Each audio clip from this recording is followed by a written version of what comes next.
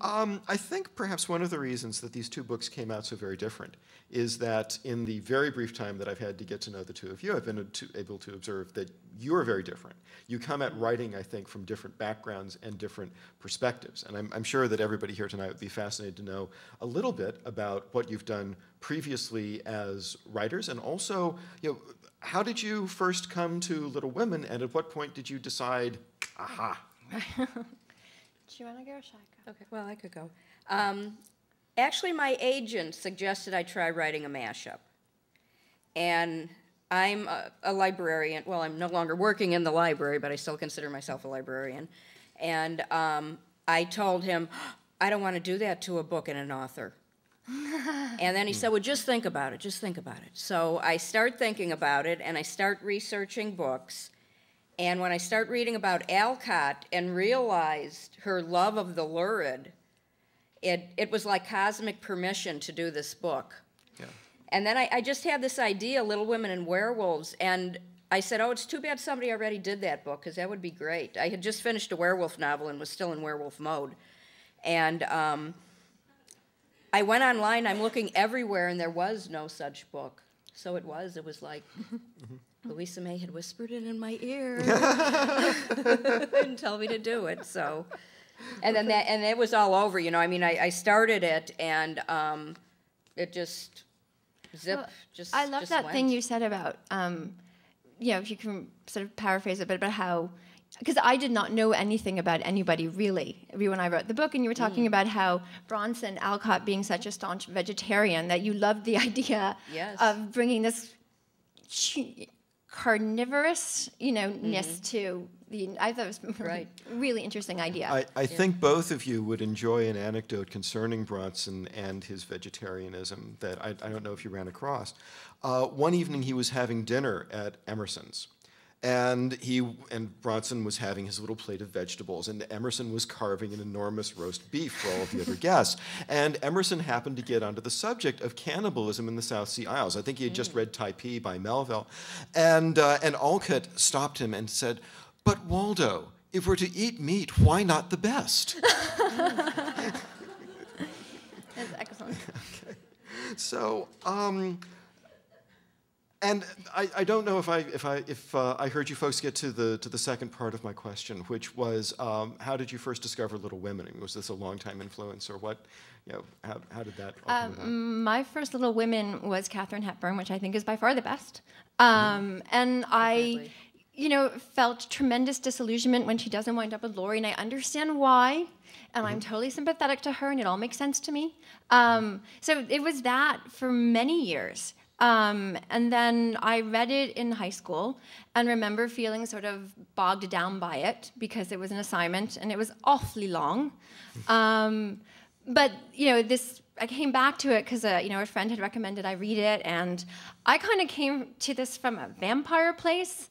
I can't believe vampires are still here. I thought they'd be gone with Buffy in, 2004?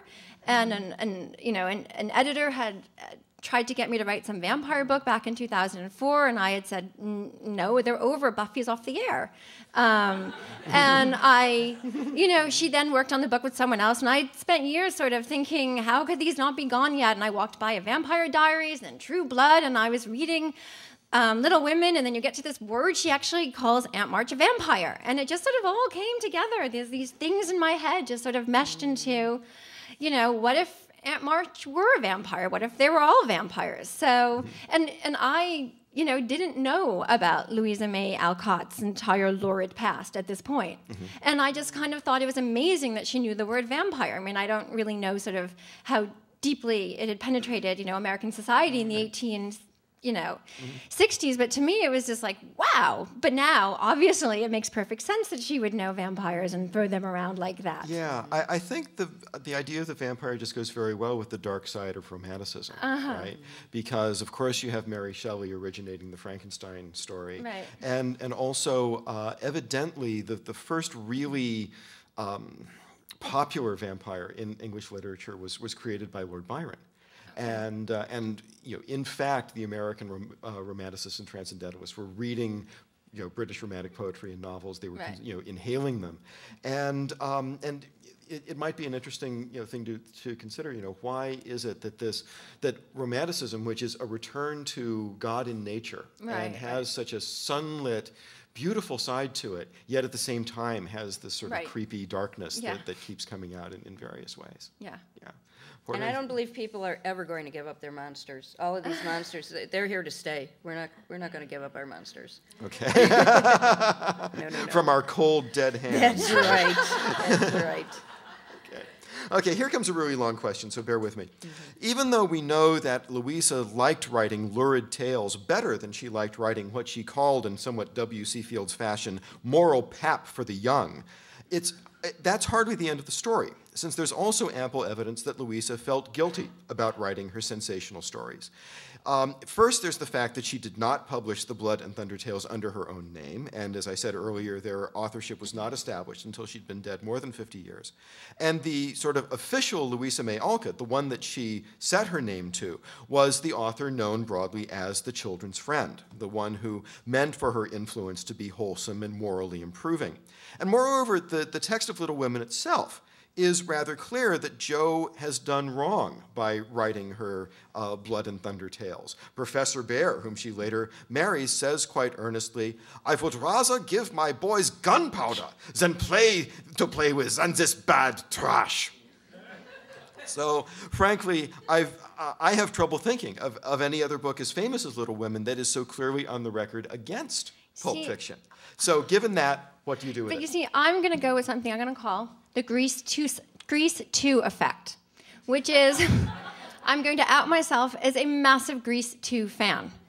However, if it didn't serve if it didn't serve a function here, I would go to my death denying I liked Grease 2. I would even top any negative thing you said about Grease 2 and, make it 10 times worse. And I also, this week in the office, I was working on something, but I heard some, the people I work with talking about this minister in Florida who is vehemently, homophobic and has lobbied for, anti-adoption laws in Florida, being caught in Europe or Thailand with a male prostitute. And it sort of seems to me maybe a part of that, that you deny that which is closest to you to protect yourself. And it seems like going on record in Little Women as being vehemently anti this kind of stuff seems to me like a really good way to cover your tracks. Right.